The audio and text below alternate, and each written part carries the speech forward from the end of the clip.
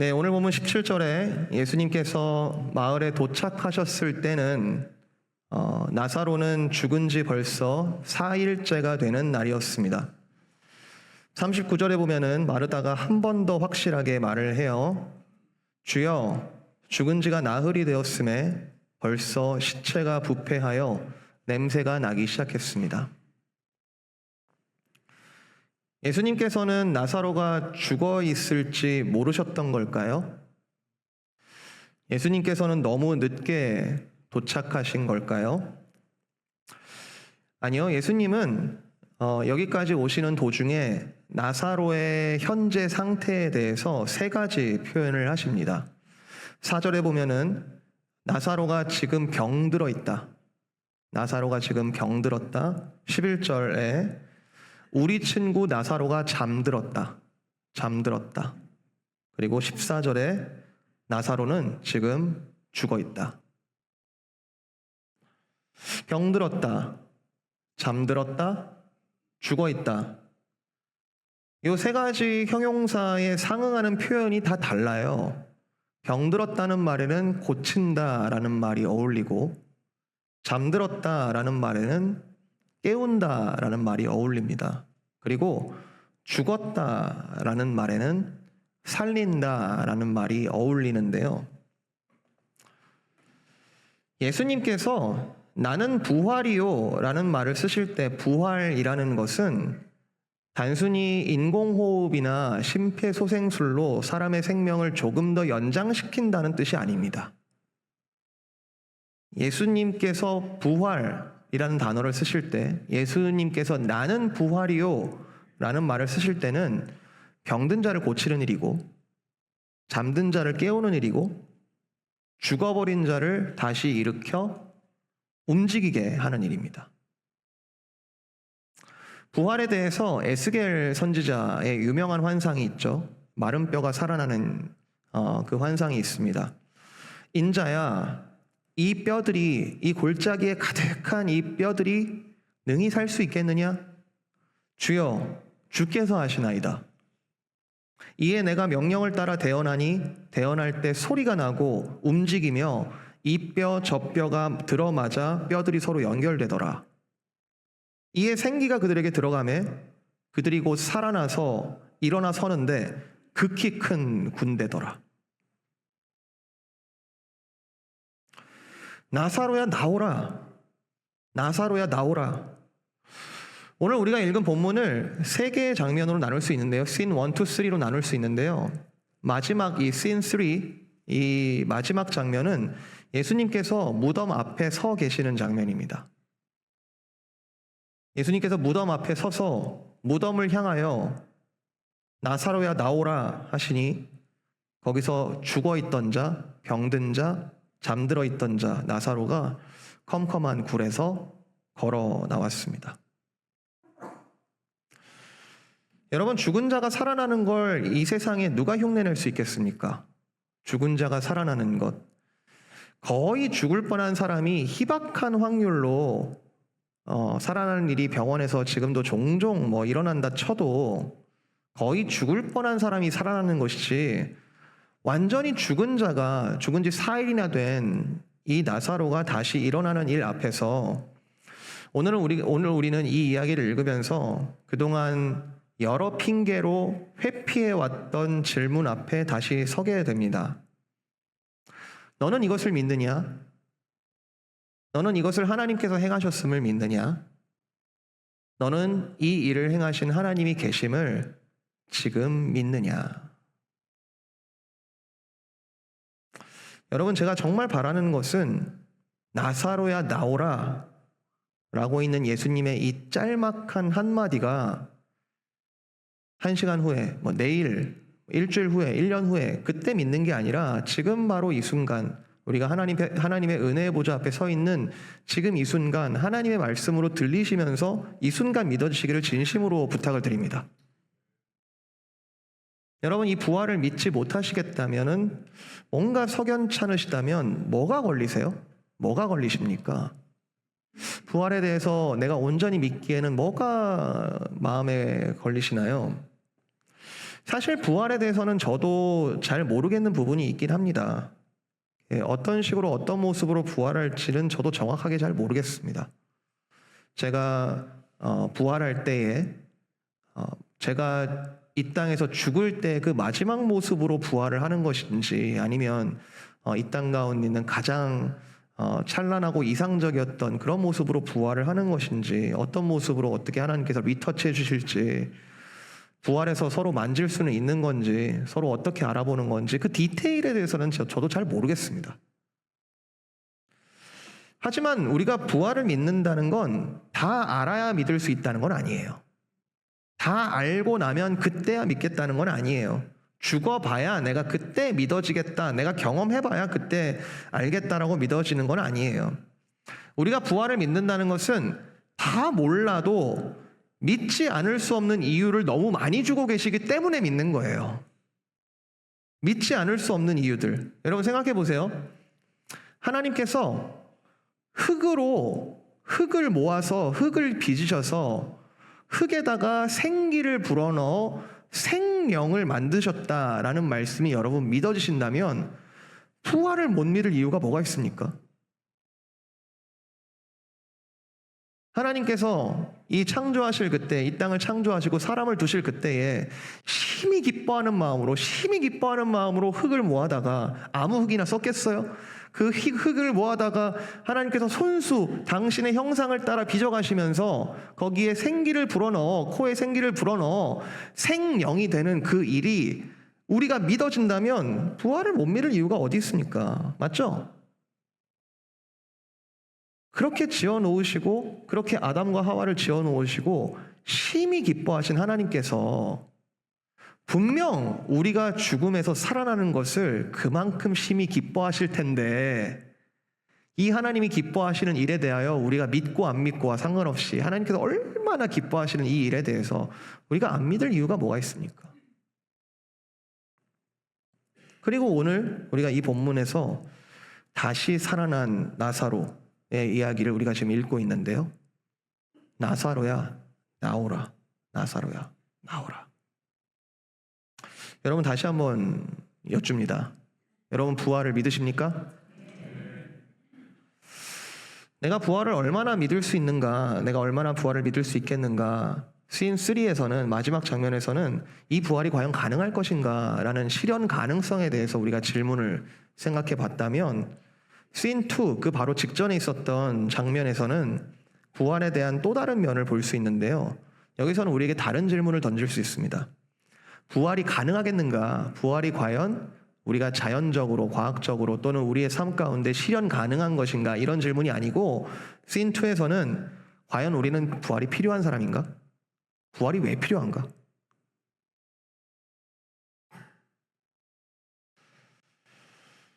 씬 3의 핵심 인물은 나사로예요. 나사로가 걸어 나오면서 씬 3에서 아주 핵심 인물은 나사로인데, 씬 2에서 나오는 핵심 인물은 마리아입니다. 마리아. 사실은 씬 1에서는 예수님을 제일 먼저 대면한 사람은 마르다였고요. 마르다, 마리아, 나사로 이렇게 이어지는데, 근데 처음 장면에서는 마르다하고 예수님하고 몇 마디 대화들을 나누는 중이었지만 애써 슬픔을 감추고 있습니다. 애써 슬픔을 이렇게 터뜨리지 않고 잘 예수님과 대화를 나누고 있었죠. 예수님도 슬프셨을 거예요. 마르다도 슬펐을 거예요. 서로 슬픔을 참으면서 정말 억누르면서 대화를 하고 있는데 28절부터 마리아가 등장을 하면서 분위기가 완전히 바뀝니다. 마리아가 뛰어들어왔어요. 아주 분위기가 비통하게 바뀝니다. 여러분 아까 본문 읽으실 때 아마 감정이 느껴지셨을 거예요. 마리아가 예수님이 왔다는 얘기를 듣고 달려가잖아요. 어떤 모습으로 달려갔을 것 같아요? 제가 만약에 영화 감독이라면, 제가 만약에 이걸 이렇게 작품으로 만든다면 배우한테 어떻게 지시할까요? 너는 앞뒤 보지 말고 미친 듯이 달려가라. 미친 듯이 달려가라. 표정은 어떻게 지시할까요? 기대감? 실망? 원망? 절망감? 어떻게 지시를 해야 될까요? 32절. 마리아가 예수 계신 곳에 가서 배웁고 그 발 앞에 엎드려 이르되 주께서 여기 계셨더라면 내 오라비가 죽지 아니하였겠나이다.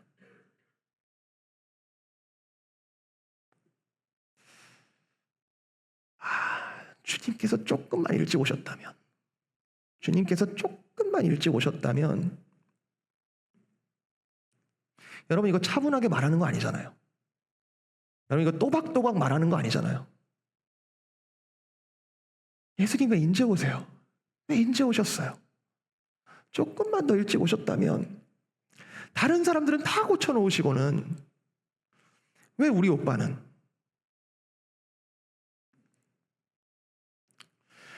마리아는 목 놓아서 계속 울고 있었을 거고요. 주변은 아주 울음바다였을 겁니다. 여기저기서 사람들이 아우성쳤을 거예요. 보라, 예수님이 우는 장면도, 예수님이 울고 계시죠. 예수님이 우는 걸 보면서 보라, 예수님이 얼마나 나사로를 사랑하시는가. 다시 볼 수 없는 그 나사로를 예수님께서 얼마나 사랑하셨는가. 한쪽에서는 그러면 왜 맹인의 눈을 뜨게 한 이 사람이 나사로도 살리셔야지 왜 이제 오셨냐. 울음바다와 아우성과 뒤섞이는 가운데 예수님도 그 한가운데서 눈물을 흘리고 계셨다. 제가 이런 감정을 언제 제일 비슷하게 느끼냐면요. 뭐 드라마나 영화 속에서 배우들이 아주 막 비통한 소리를 치고 슬픔을 연기하는 거 뭐 그런 걸 통해서도 간접적으로 경험을 합니다만, 우리 성도들의 장례 예식 중에 하관할 때 이걸 많이 느껴요. 저도 목회자로서 꽤 경험을 했고 지금도 자주 경험을 하고 있는데도 하관은 참 익숙하지가 않습니다. 관이 땅속으로 내려가기 시작하면 유족들의 마음이 찢어지죠. 그때까지 잘 참다가도 그때 무너지는 분들, 그때 목 놓아 우는 분들 많이 봤습니다. 100% 이해됩니다. 그게 왜 우는지, 왜 소리를 지르는지, 왜 거기서 다리가 풀려서 주저앉는지 100% 이해돼요. 그리고 더 가슴 아픈 모습은 차라리 소리를 지르는 건 나아요. 소리를 지르지 못하고 여기서 꺽꺽거리면서 이 비통함을 표현할 수 없어가지고 소리 한번 못 지르고 얼굴로 감추는 분들이 있는데, 그게 비통하지 않아서가 아니잖아요. 그 감정을 어떻게 다뤄야 될지 몰라가지고 이걸 어쩔게 다뤄야 될지 몰라가지고 아파하는 거잖아요. 하지만 그 하관할 때 그 순간은요, 저는 이렇게 생각합니다. 하관할 때 그 순간, 사랑하는 사람의 관이 땅으로 내려갈 때 그 느끼는 강렬한 비통함이라는 것은 그 순간만의 비통함이 아니라 아무리 날고 기고 세상을 주무르는 사람이라 하더라도 이 죽음만큼은 지연시킬 수 없었고 이 죽음만큼은 막을 수 없었다는 이 인간의 근원적인 비통함이 수렴되는 순간이라고 저는 생각합니다. 이거는 그 순간만의 비통함이 아니에요. 우리 모두의 인간의 근원적인 비통함이에요. 아무도 이것을 막을 수가 없구나. 여기에 대해 예수님께서 하신 반응이 뭡니까? 물론 우리가 지금 뒤의 이야기부터 먼저 봤기 때문에 예수님께서 거기에 생명을 주셨죠. 거기에 찬빛으로 생명을 주셔서 나사로가 걸어 나왔죠. 부활하게 하셨죠. 그런데 이 씬 2에서는 예수님께서 그 비통함을 온몸으로 공감하십니다. 여러분, 예수님께서 우리에게 부활을 왜 주셨냐면요, 이 비통함을 아셔서 부활을 주시는 거예요. 우리가 얼마나 비통한지를 아시기 때문에 부활을 주신 거예요. 그냥 내가 걸어가다 보니까 너 좋은 거 내가 하나 줄게, 이거 뭐 받아도 그만, 뭐 안 받으면 그만, 이게 아니라 우리가 얼마나 비통한지를 알기 때문에 부활을 주신 거예요. 우리에게 부활이 왜 필요하죠? 우리에게 왜 부활이 필요하죠? 예수님이 너무 잘 아신다는 거죠. 예수님이 너무 잘 아시는 거예요. 우리가 얼마나 비참하고 비통함의 마지막에 처해질지를 예수님이 아시는 거죠. 심지어 예수님은 이 비통함을 몇 장만 더 넘겨보면 이제 곧 겪으실 예정입니다. 예수님은요, 의인이시기 때문에, 예수님은 죄가 없으시기 때문에 예수님이 죽고 부활하는 것은 그분에게는 아무 일도 아닐 수 있어요. 사망이 어떻게 건드릴 수 없습니다. 죄가 없는 자를 사망이 어떻게 할 수 없습니다. 예수님이 스스로 죽었다가 부활하는 건 일도 아닐 수 있어요. 그런데 죄인의 부활에는 값이 필요합니다. 죄인의 부활에는 이와 같은 비통함의 값이 필요한 거죠. 원래는 내가 지고 갔어야 되는데, 원래는 내가 지고 그 관으로 들어갔어야 되는데, 원래는 내가 지고 그 동굴 속으로, 그냥 그 무덤 속으로 갔어야 되는 이 비통함을 예수님께서 십자가에서 우리의 비통함을 대신 지시고 그 십자가 위에서 절규하신 거죠. 엘리 엘리 라마 사박다니, 나의 하나님 나의 하나님 어찌하여 나를 버리셨나이까. 내가 목마르다. 다 이루었다.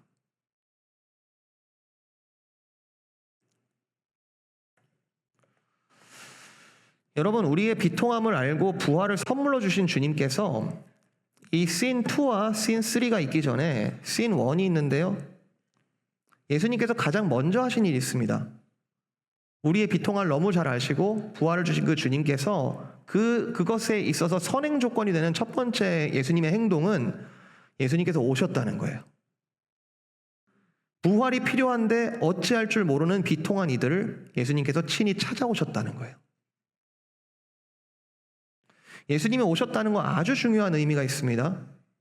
이 강렬한 비통함의 핵심 문제인 이 죽음에 대한 진정한 위로와 문제 해결은 이 마을 안에서 해결이 안 된다는 거예요. 이 마을 안에서, 이 가족 안에서는 이 비통함의 문제를 해결할 수 없다는 거예요. 통곡하는 것 외에는 할 수 있는 게 없어요. 해결 방안은 반드시 외부로부터만 와야 됩니다. 이 비통함의 문제를 이 마을 어느 누구도, 이 마르다와 마리아 어느 누구도 아무도 해결할 수 없는 것, 근데 외부로부터 이분이 오셔야만 가능한 것이죠. 예수님께서 도착하셨어요. 씬 1에서 예수님께서 도착하셨어요. 나흘이 지난 게 유감입니다. 그렇지만 마르다는 예수님을 맞으면서 놀라운 고백을 해요. 21절. 마르다가 예수께 여짜오되 주께서 여기 계셨더라면 내 오라버니가 죽지 아니하였겠나이다. 마르다도 지금 슬퍼요. 너무 슬퍼요. 그런데 22절. 그러나 나는 이제라도 주께서 무엇이든지 하나님께 구하시는 것을 하나님이 주실 줄을 아나이다. 인간이 가진 비통함에 대해서는 여기 앉아 계시는 저와 여러분, 이 교회에 그리스도를 주로 믿는 성도라고 하는 사람들과 이 교회 바깥에 있는 사람들과 모두 처지가 똑같습니다. 모두가 다 비통합니다. 모두가 다 비통함의 문제를 해결할 수가 없어요. 그런데 성도에게는 오늘 할 수 있는 일이 있습니다. 오늘 상황이 어떠하든지 나에게 찾아오신 이 예수님을 영접하는 거예요. 그가 하신 일, 그가 하실 일들이 무엇일지를 다 알 수는 없지만 오늘 나에게 찾아오신 그 주님을 신뢰하고 영접하는 거예요. 영접하는 자, 곧 그 이름을 믿는 자들에게는 하나님의 자녀가 되는 권세를 주셨다. 하나님의 자녀가 됐다는 것이 영생의 다른 말이에요. 우리가 영생을 누린다는 것은 하나님과 상관없이 그냥 내 수명이 연장된다는 게 아니라 하나님의 자녀가 된다는 것이 곧 영생을 누린다는 거에 다른 말이에요. 그러면 영접해야죠. 영접하는 자가 뭐예요? 이 마을에서 해결이 안 되는 것, 이 가족에서는 해결이 안 되는 것, 외부에서 오는 그 은혜를 수용하겠다. 그게 영접하는 거죠. 은혜를 내가 만들 수 있으면 그건 은혜라고 말 안 합니다. 그건 은혜가 아니에요. 믿음은 나의 외부로부터 예수라는 이름으로 오는 이 은혜를 수용하는 거예요. 주님, 나는 비통합니다. 나는 울 수밖에 없습니다. 그러나 주님께서 찾아오신 것, 내가 영접합니다. 여러분, 기도는 해야 하는 의무가 아닙니다. 기도는 할 수밖에 없는 일이에요. 왜냐하면 우리는 외부로부터 은혜가 필요한 사람이기 때문에 기도하는 거예요. 외부로부터 은혜가 필요하니까 기도하는 거죠. 이게 얼마나 특권이냐 하면 하나님께서 오시는 건 전적으로 그분 마음이에요. 나를 찾아오시는 건 전적으로 그분 마음이에요. 어디 피조물이 창조물 보고 오라가라 합니까? 그런데 하나님께서 약속하신 거죠. 네가 어디 있든 나는 내 자녀들의 간구를 듣겠다. 구하라, 찾으라, 두드리라. 너희가 악한 자라도 좋은 것으로 자식에게 줄 알지 않냐? 하물며 하늘에 계신 너희 아버지께서 구하는 자에게 좋은 것으로 주시지 않겠느냐? 기도는 명상하고 차원이 다릅니다. 명상은 내가 가진 것으로 해결 보겠다는 거예요. 명상은 내가 가진 것으로 어떻게든 깨달아서 내가 해결 보겠다는 건데, 기도는 외부에서 찾아오시는 그 은혜, 이 비통함을 덮는 부활의 은혜를 받겠다는 거예요. 오시겠다고 하는 분을 영접하는 거예요.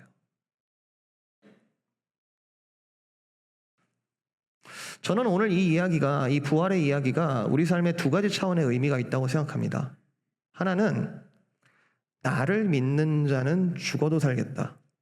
나를 믿는 자는 죽어도 살겠다. 개인적인 종말, 우주적인 종말, 우리가 무엇을 경험하든지 간에 거기가 끝이 아니다. 그래서 성도의 죽음은, 성도의 장례는 슬프기는 하더라도 절망적인 슬픔은 아니다. 여러분 찾으실 수 있으면 찾아보십시오. 데살로니가전서 4장 13절. 데살로니가전서 4장 13절. 제가 읽어보겠습니다. 데살로니가전서 4장 13절. 형제들아, 자는 자들에 관하여는 너희가 알지 못함을 우리가 원하지 아니하노니 이는 소망 없는 다른 이와 같이 슬퍼하지 않게 하려 함이라. 우리가 예수께서 죽으셨다가 다시 살아나심을 믿을진대 이와 같이 예수 안에서 자는 자들도 하나님이 그와 함께 데리고 오시리라. 우리가 주의 말씀으로 너희에게 이것을 말하노니 주께서 강림하실 때까지 우리 살아남아 있는 자도 자는 자보다 결코 앞서지 못하리라. 주께서 호령과 천사장의 소리와 하나님의 나팔 소리로 친히 하늘로부터 강림하시리니 그리스도 안에서 죽은 자들이 먼저 일어나고 그 후에 우리 살아남은 자들도 그들과 함께 구름 속으로 끌어올려 공중에서 주를 영접하게 하시리니 그리하여 우리가 항상 주와 함께 있으리라. 그러므로 이런 말로 서로 위로하라.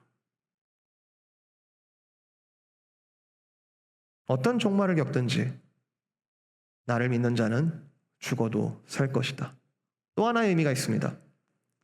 무릇 살아서 나를 믿는 자는 영원히 죽지 아니하리니. 부활은 우리의 마지막 때만 의미가 있는 게 아니에요. 여러분, 부활은 내가 죽을 때, 내가 인생의 마지막이라고 생각할 때 그때만 의미가 있는 게 아니에요. 부활은 지금 이 순간, 지금 우리의 현재에도 분명히 의미가 있습니다. 우리는 어떤 사람이에요? 나는 죽고 그리스도가 살아. 주 안에서 거듭나. 지금 부활 생명을 가지고 삶을 사는 사람들이잖아요. 우리가 그런 존재잖아요. 살아서 나를 믿는 자는 영원히 죽지 아니하리라. 우리 교회에 많은 아프신 분들이 계십니다. 어제도 병원에 입원했다, 같이 기도해 주시면 좋겠다라고 연락을 2번이나 받았습니다. 여러 가지 아픈 일들, 또 잠깐 아프고 급격한 아픔으로 극심한 고통을 겪다가 바로 일어서시는 분들도 계시지만 정말 오랫동안, 몇 년 동안 같이 기도하는 그런 환우분들도 계시는데 갑자기 어디 누가 아프다는 소식을 들었을 때 참 먹먹해요. 참 비통해요. 참 아파요. 주여, 주께서 여기 계셨더라면, 주께서 여기 계셨더라면.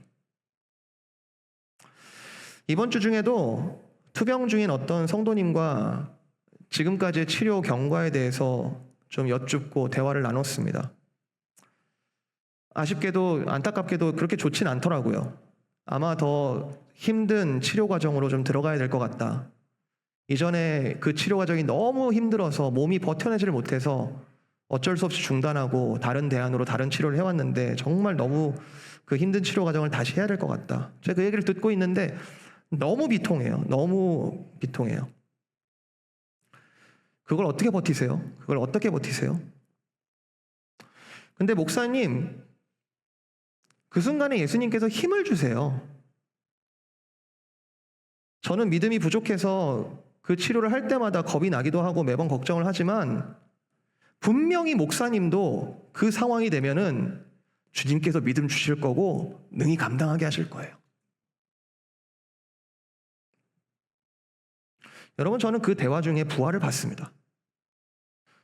여러분, 저는 그 부활 중에 영생을 봤어요. 여러분, 부활 생명이 별거예요? 아, 이게 영생이구나. 아, 이게 영생이구나. 이게 부활 생명이구나. 제가 그 대화를 하면서 순간 울컥했는데 굉장히 복잡한 감정이지만 비통한 울컥함은 아니었어요. 그리고 아마 제가 한 주 동안 이 말씀을 품고 준비를 하다 보니까 아마 성령께서 제 마음속에 이 질문을 그 대화 속에 주신 것 같은데 그 대화를 하고 있는 중에 이 질문이 제 마음속에 들렸어요. 이것을 네가 믿느냐? 무릇 살아서 나를 믿는 자는 영원히 죽지 아니하리니 이것을 네가 믿느냐?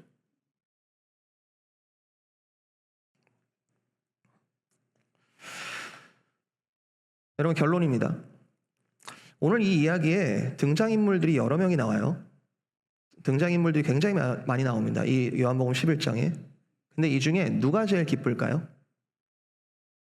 이 중에 누가 제일 기쁠까요? 마리아? 엉엉 울고 목 놓아서 엉엉 울던 그 마리아? 소리 지르면서 왜 인제 오셨냐고 가슴을 치며 슬퍼하던 그 마리아? 아니면 마르다? 나의 이 작은 믿음에도 예수님께서 그 믿음을 받아주시고 네가 하나님의 영광을 보리라 정말 영광을 본 그 기쁨에 겨운 마르다? 저는 100% 나사로라고 생각합니다. 제일 기쁜 사람 누구요? 100% 나사로예요. 죽었던 사람이요. 죽은 사람. 그런데 살아난 사람. 예수께서 오셔서 그 진리의 말씀이 나의 죽은 이 육체와 영에 닿아서 이제 풀어놓아 다니게 하라. 이제 풀어놓아 다니게 하라. 그 자유를 누리게 된 사람. 진리를 알지니 진리가 너희를 자유케 하리라. 예수 안에서 진리가 내 이 죽을 육체와 영에 닿았고 이제는 풀어놓아 자유케 된 사람. 곧 예수께서 값을 치러 그 자유를 누리게 된 그 사람. 나사로요, 나사로. 여러분, 우리가 그런 사람입니다. 여러분, 우리가 그런 사람이라고요. 이런 관점에서 성경에서 제일 불쌍한 사람 누군지 아세요? 계시록 3장에 4대 교회에게 예수님께서 하시는 말씀이 있는데요. 네가 살았다 하는 이름을 가졌으나 죽은 자로다. 네가 살았다 하는 이름을 가졌으나 죽은 자로다. 여러분, 이거 너무 비통한 얘기 아닙니까? 너무 비통한 얘기 아니에요? 살아서 볼볼거리면서 돌아다니고 오늘도 뭘 취하겠다고 뭘 이루겠다고 열심히 돌아다니고 있지만 네가 살았으나 죽은 자로다. 그러나 살아서 나를 믿는 자는 죽어도 살겠고 살아서 죽지 아니하리니 이것을 네가 믿느냐?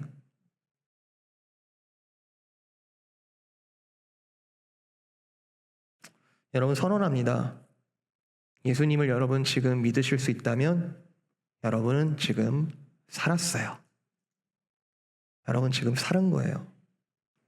여러분 이미 우리에게 예수 그리스도란 진리가 우리에게 주어져 있고 그 자유로 우리는 풀어놓아 다니게 된 사람들입니다. 그래서 우리가 마음껏 사랑할 수 있는 거 아니에요? 그래서 우리가 마음껏 또 위로할 수 있는 거 아닙니까? 그래서 우리가 사랑이 필요한 곳이 보이면 마음껏 자원할 수 있는 거 아니에요? 우리는 다시 살았고 풀어놓아 다니게 된 사람이니까요. 여러분, 이 은혜가 오늘 이 시간, 아니 내일 말고요, 일주일 후에 말고요, 나의 죽을 때쯤 그때 말고요, 오늘 이 순간 믿어주시기를 주님의 이름으로 축복을 드립니다.